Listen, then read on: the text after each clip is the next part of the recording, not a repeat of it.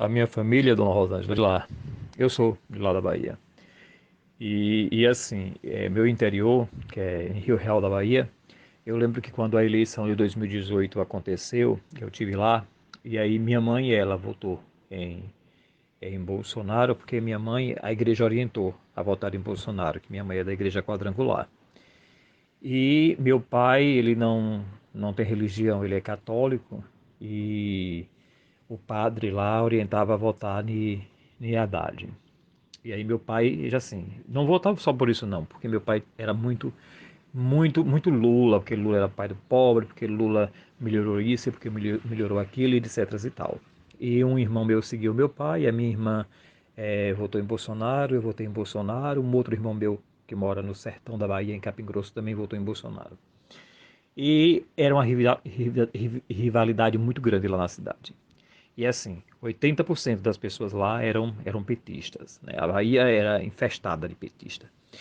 E quem era Bolsonaro lá era caladinho, se manifestou no dia da urna. Só para a senhora ter uma ideia, quando apuraram os votos no segundo turno, lá o Haddad teve 80% dos votos e Bolsonaro teve apenas 11% dos votos. As outras pessoas que não queria votar em Haddad e não queria votar em Bolsonaro terminaram votando nulo e em branco. Eu sei que o resultado é que lá Haddad teve 80% dos votos e Bolsonaro teve 11%.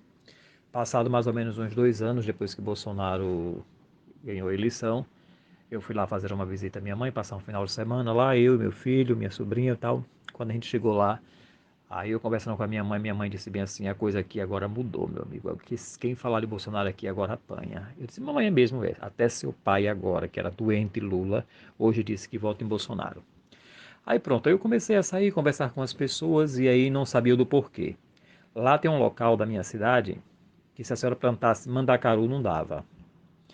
E aí, umas viagens aí da ministra Damares, ela foi fazer uma visita por uma questão, eu não sei bem de que foi, mas eu sei que ela passou lá para fazer uma visita lá para resolver umas coisas dessa questão da pasta dela e ela viu alguma situação lá e ficou muito triste com o que viu. E aí conversou com o Bolsonaro a respeito e disse que iria falar com o Bolsonaro a respeito, bateu fotos e tudo e levou e que aquilo não iria ficar assim. Só que, assim, as pessoas ainda eram apaixonadas pelo PT e mesmo vendo as modificações e um comportamento diferenciado, não iria acreditar naquilo. Pois bem, passado mais ou menos uns 2 meses, aí chegou uma equipe do governo federal lá, bateram foto e tal, para encurtar a conversa. É, que a maioria daquele pessoal tudo recebia Bolsa Família e por isso é aquela toda. Uma região boa mesmo, eu acho que deve ter mais ou menos assim uns 16 a 17 mil habitantes naquela região dessa situação.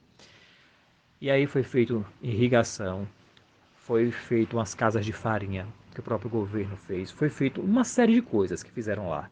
Local para distribuição da mercadoria onde o pessoal plantava e o pessoal ali mesmo já vendia e dali mesmo já mandava para outro local, ou seja, minha mãe disse que com um ano aquele pessoal, tudo que recebia, Bolsa Família, todo mundo entregou a Bolsa Família porque todo mundo estava trabalhando, todo mundo tinha o seu dinheiro. Eu digo para a senhora com muita emoção porque eu conheci a pobreza daquele pessoal ali.